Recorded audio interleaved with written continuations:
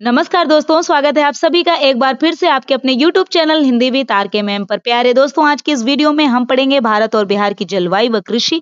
जो आपका Bihar special teacher mains exam है उसके लिए ये बहुत इंपॉर्टेंट है।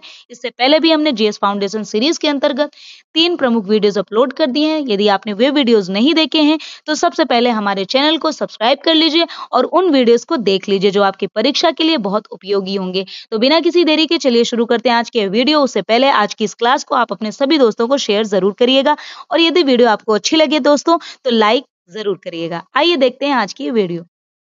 तो साथियों, इस स्लाइड में हम जानेंगे जलवायु किसे कहते हैं। यानी भारत की जलवायु को समझने से पहले यह जानना आवश्यक है कि जलवायु किसे कहते हैं। आपने एक शब्द बहुत सुना होगा, मौसम। मौसम पर बहुत सारे गाने भी सुने होंगे कि मौसम की तरह तुम भी बदल तो न जाओगे। तो दोस्तों, मौसम शब्द आपने बहुत बार सुना है।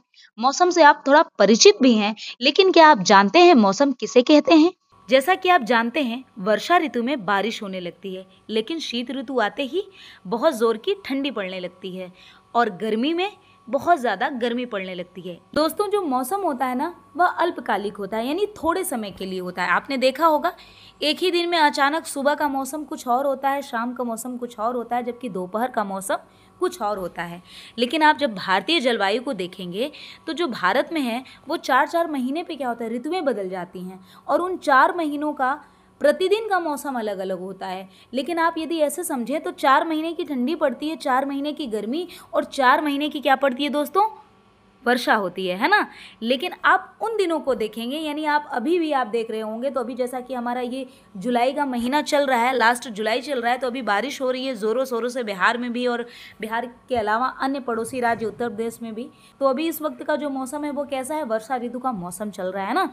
लेकिन जब यही मौसम, मान लीजिए किसी जगह पर अभी बारिश हो रही है, आप बिहार में हो, अभी बिहार में बारिश हो रही है, लेकिन यही बिहार में जो बारिश का मौसम है लगातार कई सालों तक होता रहे, बना रहे, कम या ज़्यादा होता रहे बस, तो यही मौसम जलवायु में परिवर्तित होता है। यानी कि किसी स्थान पर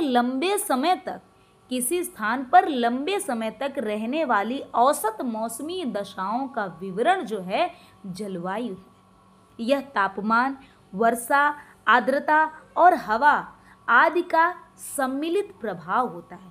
यानी किसी स्थान पर प्यारे दोस्तों, वहाँ का तापमान क्या है, वहाँ पर होने वाली वर्षा का मात्रा कितनी है, वहाँ पर पड़ने वाली आर्द्रता और चलने वाली हवाओं का प्रभाव कैसा है, इन सभी का मिला जुला जो प्रभाव होगा उसी को क्लाइमेट कहते हैं। लेकिन कब के लिए, जब यह दीर्घकालिक हो।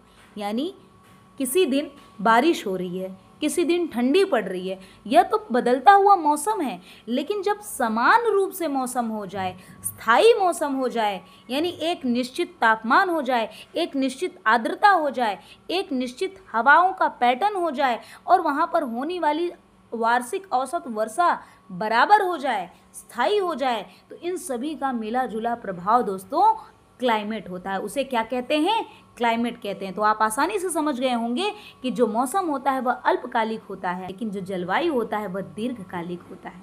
लगभग 25 से 30 वर्षों का औसत जो होता है, मौसम जो होता है, वही क्या होता है, जलवायु हो जाता है। ठीक, तो दोस्तों अब आपको क्लियर हो गया होगा कि जलवायु किसे कहते हैं। यदि अब भी आप कंफ्यूज हैं, कोई डाउट है तो कमेंट बॉक्स में जरूर पूछिएगा। चलिए देखते हैं नेक्स्ट स्लाइड की ओर।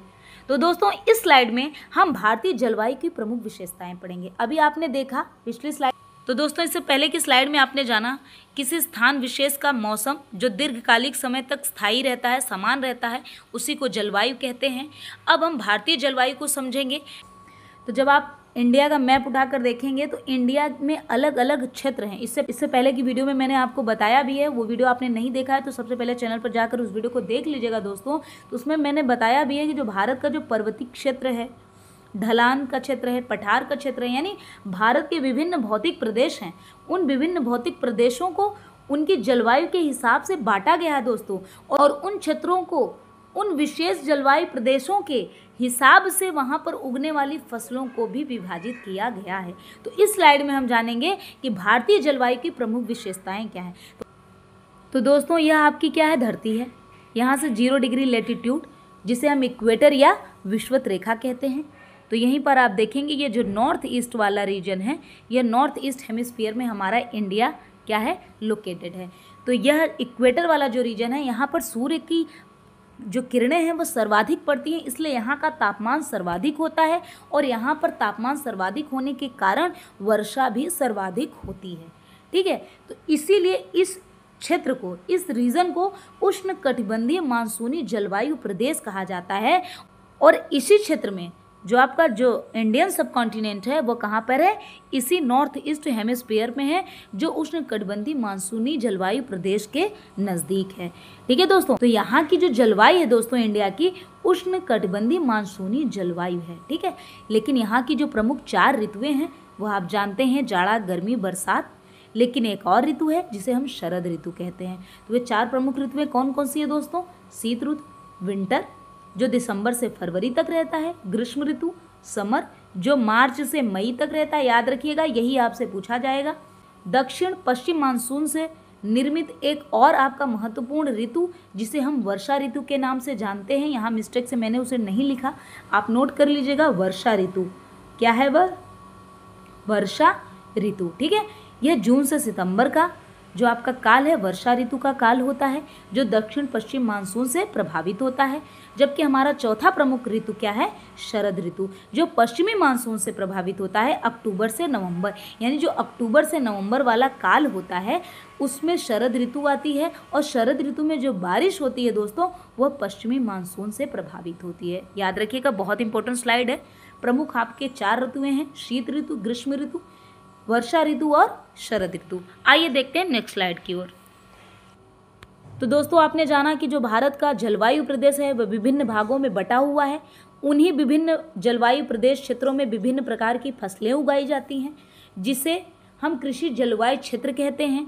तो इस प्रकार से जो मेजर भारत को 15 कृषि जलवायु क्षेत्रों में बांटा गया है, लेकिन इनमें से कुछ प्रमुख कृषि जलवायु क्षेत्र हैं जो यहाँ पर आपको दिए गए हैं। तो पहला क्या है? पश्चिमी हिमालयी क्षेत्र, पूर्वी गंगा मैदानी क्षेत्र, मध्य भारतीय पठारी क्षेत्र, तटीय क्षेत्र, पूर्वोत्तर क्षेत्र और दक्कन का पठारी क्षेत्र। यानी यहाँ के जो है यह विभिन्न प्रकार के जलवायु क्षेत्र हैं और यहाँ पर विभिन्न प्रकार की फसलें उगाई जाती हैं, इसीलिए इनको विभाजित किया गया। तो जब आप पश्चिमी हिमालयी क्षेत्र देखेंगे तो वह यह रीजन है आपका। ठीक है, यह कौन सा है? यह है आपका रीजन। पूर्वी गंगा मैदान जो यह है आपका, जो गंगा का दोआब क्षेत्र है, उत्तर प्रदेश, बिहार, पश्चिम बंगाल वाला क्षेत्र है आपका। ठीक है, मध्य भारतीय पठारी ये है आपका, मालवा का पठार जहाँ पर आता है आपका, मध्य प्रदेश आता है, यहाँ पर महाराष्ट्र आता है, यह मध्य भारतीय पठारी क्षेत्र के अंतर्गत आता है दोस्तों। तटीय क्षेत्र जो है आपका यह है आपका कोंकण तट, है ना, ये केरल तट आपका तटीय क्षेत्र है, जबकि पूर्वोत्तर क्षेत्र आपका ये है। ठीक है दोस्तों, याद रखिएगा।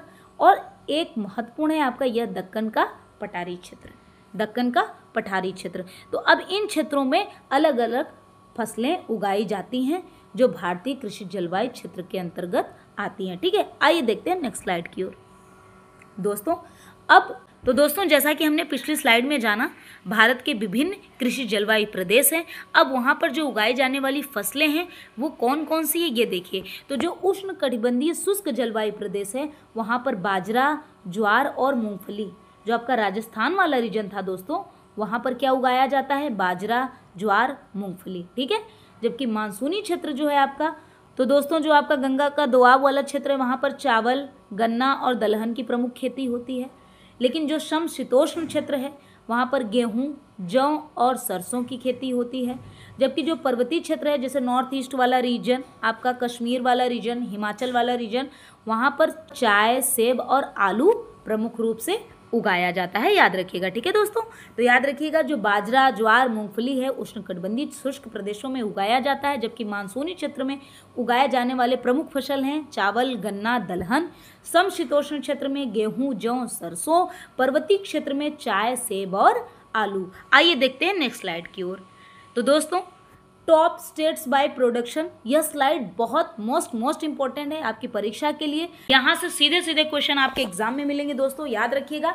तो जो फसल हैं उसके शीर्ष प्रमुख उत्पादक राज्य कौन है हमारे भारत देश के? तो याद रखिएगा जो चावल है, सर्वाधिक चावल की जो खेती होती है वह पश्चिम बंगाल में होती है। दूसरे स्थान पर उत्तर प्रदेश है, जबकि गेहूं में प्रथम स्थान उत्तर प्रदेश का है, दूसरे स्थान पर पंजाब है। गन्ना में भी प्रथम स्थान उत्तर प्रदेश का है और द्वितीय स्थान पर महाराष्ट्र है। दलहन में प्रथम स्थान है मध्य प्रदेश का और तिलहन में राजस्थान है हमारा प्रथम स्थान पर और मध्य प्रदेश आपका द्वितीय स्थान पर। मक्का जो है आपका कर्नाटक और बिहार में मक्का बहुत उगाया जाता है। तो यदि आपसे प्रश्न पूछा जाए कि मक्का के उत्पादन में भारत का शीर्ष द्वितीय उत्पादक राज्य कौन सा है, तो दूसरे नंबर पर आपका बिहार, जबकि प्रथम स्थान पर आपका कर्नाटक है। और एक क्वेश्चन आपको याद रहना चाहिए, गेहूं और गन्ना के उत्पादन में सर्वाधिक प्रमुख राज्य कौन सा है दोस्तों, तो याद रखिएगा उत्तर प्रदेश। ठीक है, आइए देखते हैं नेक्स्ट स्लाइड की ओर। तो दोस्तों अब हमारा मोस्ट इंपॉर्टेंट स्लाइड आने वाला है बिहार स्पेशल से रिलेटेड। जो आप एग्जाम देने जा रहे हो, बिहार में आप शिक्षक बनने जा रहे हो, तो आपको याद भी होना चाहिए कि बिहार का प्रमुख जलवायु क्षेत्र कौन सा है और वहाँ पर उगाई जाने वाली प्रमुख फसलें कौन कौन सी हैं। चलिए देखते हैं। तो दोस्तों जो बिहार की जलवायु है वह भी आपको मालूम होनी चाहिए। वह भी क्या है, उष्णकटिबंधीय मानसूनी जलवायु है। याद रखिएगा, वह भी क्या है, उष्णकटिबंधीय मानसूनी जलवायु है। यहाँ पर औसत वार्षिक वर्षा 100 से 120 सेंटीमीटर, ठीक है, यहाँ पर मिलीमीटर में दिया है। तो याद रखिएगा कि औसत वर्षा जो है 100 से 120 सेंटीमीटर। और सर्वाधिक गर्मी यहाँ पर कब पड़ती है दोस्तों, मई जून में। और जो बारिश होती है, जो मानसून आता है, वह जून से सितंबर का। ठीक है, याद रखिएगा। आइए देखते हैं नेक्स्ट स्लाइड की ओर। तो दोस्तों ये मोस्ट इंपॉर्टेंट स्लाइड है आपकी परीक्षा के दृष्टिकोण से। यहाँ से प्रश्न आपको मिलेंगे। याद रखिएगा, बिहार किस चीज़ में शीर्ष उत्पादक है, तो बिहार लीची, आपको पता होगा मुजफ्फरपुर का लीची जीआई टैग में है। ज्योग्राफिकल इंडिकेशन के लिए जीआई टैग प्राप्त हुआ है मुजफ्फरपुर की लीची, जो आपके बिहार में है, वह देश में सर्व प्रसिद्ध है। याद रखिएगा, तो सर्वाधिक शीर्ष उत्पादक है बिहार अपने भारत देश में, किसका, लीची का। दूसरा क्या है आपका, मक्का। द्वितीय स्थान पर क्या है, मक्का। तो गन्ना भी यहाँ उगाया जाता है दोस्तों, कटिहार और समस्तीपुर में। तो गन्ना की भी खेती बिहार में होती है। मखाना याद रखिएगा, मखाना का सर्वाधिक उत्पादन कहाँ होता है, तो मिथिलांचल बिहार में होता है। जी हाँ, बिहार में मखाना सर्वाधिक उगाया जाता है। यह नंबर 1 पर है पूरे देश में। और सब्जी उत्पादन में भी क्या है, हमारा बिहार अग्रणी राज्य है। तो आपको यहाँ से प्रश्न मिलेंगे, लीची मुजफ्फरपुर का, गन्ना कटिहार समस्तीपुर में, मक्का और मखाना तो बिल्कुल याद रखिएगा, मोस्ट इंपॉर्टेंट है दोस्तों। मखाना वाला प्रश्न पूछा जा सकता है। याद रखिएगा, बिहार में सर्वाधिक उत्पादन जो है मखाना का होता है पूरे देश में। यह नंबर 1 यानी प्रथम स्थान पर है। ठीक है दोस्तों, तो आज की इस वीडियो में दोस्तों इतना ही। आपको यह वीडियो कैसी लगी कमेंट बॉक्स में ज़रूर बताइएगा। यदि कोई डाउट होगा तो वह भी पूछिएगा और अपने सभी दोस्तों की इस क्लास को शेयर ज़रूर करिएगा। ठीक है दोस्तों, तो मिलते हैं नेक्स्ट वीडियो में। तब तक के लिए जय हिंद, धन्यवाद।